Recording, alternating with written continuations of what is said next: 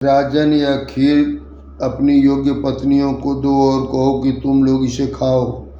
ऐसा करने पर उनके गर्भ से आपको अनेक पुत्रों की प्राप्ति होगी, जिनके लिए तुम यह यज्ञ कर रहे हो।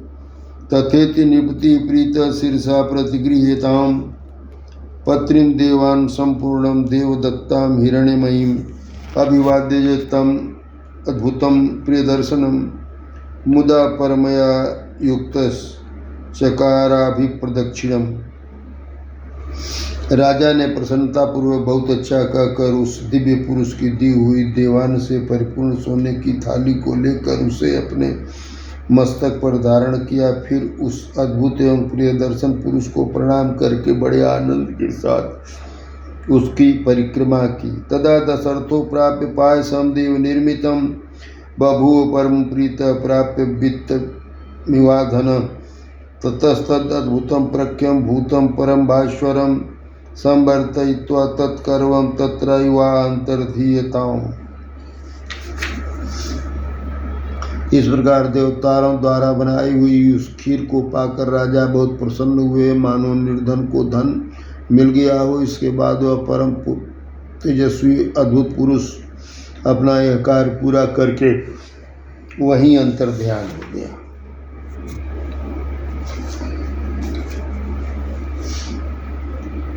हर्ष रश्मि भुरुद्योतम तस्यांतम पुरमाबभौ शरद्यास्यभिरामं चंद्रदेवस्य नभोसुभि।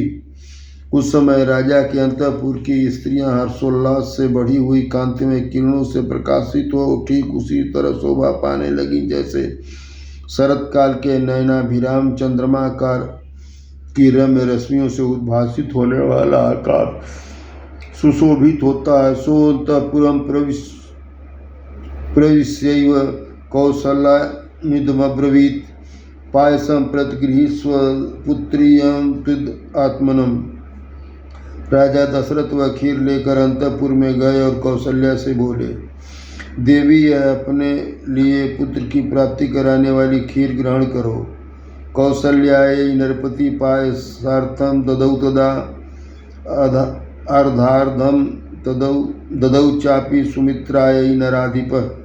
ऐसा कहकर नरेश ने उस समय खीर का आधा भाग महारानी कौशल्या को दे दिया और बचे हुए आधे भाग को रानी सुमित्रा को अर्पण किया। कैकेयी चावशिष्टार्थं ददौ पुत्रार्थ कारणात् प्रददौ चावशिष्टार्थं पायसम अमृतोपमम् अनुचिन्त्य सुमित्रायै पुनरेव महामती एवं तासां ददौ राजा भार्याणां पायसम पृथक।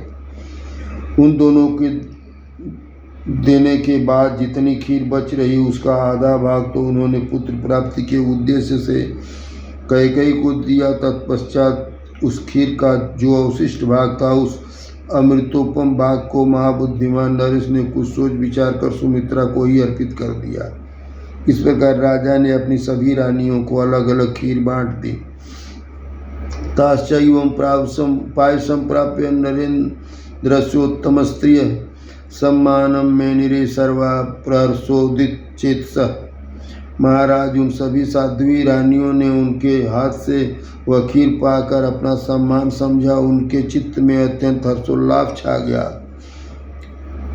ततस्तुतां पश्य तमुत्तम स्त्रियो महीपतेरूप उत्तम पायसम पृथक हुतासनादित्य समान तेजसो अचिरेण गर्भान प्रतिपेदिरे। तदा उस उत्तम खीर को खाकर महाराज की उन तीनों साध्वी महारानियों ने शीघ्र ही पृथक पृथक गर्भ धारण किया।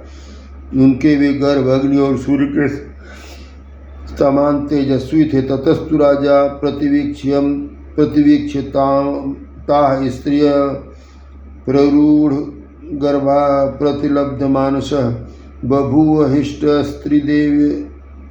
त्रिदिवे यथा हरि सुरेंद्र सिद्ध गणाभिपूजित। तदंतर अपनी रानियों को गर्भवती देख राजा दशरथ को बड़ी प्रसन्नता हुई। उन्होंने समझा, मेरा मनोरथ सफल हो गया। जैसे स्वर्ग में इंद्र सिद्ध तथा ऋषियों की पूजा हो श्री हरि प्रसन्न होते हैं, उसी प्रकार भूतल में देवेंद्र सिद्ध और महर्षियों के सम्मानित हो राजा दशरथ संतुष्ट हुए। इस प्रकार श्री वाल्मीकि निर्मित रामायण आदि काव्य का बालकांड का 16वां सर्ग पूरा हुआ।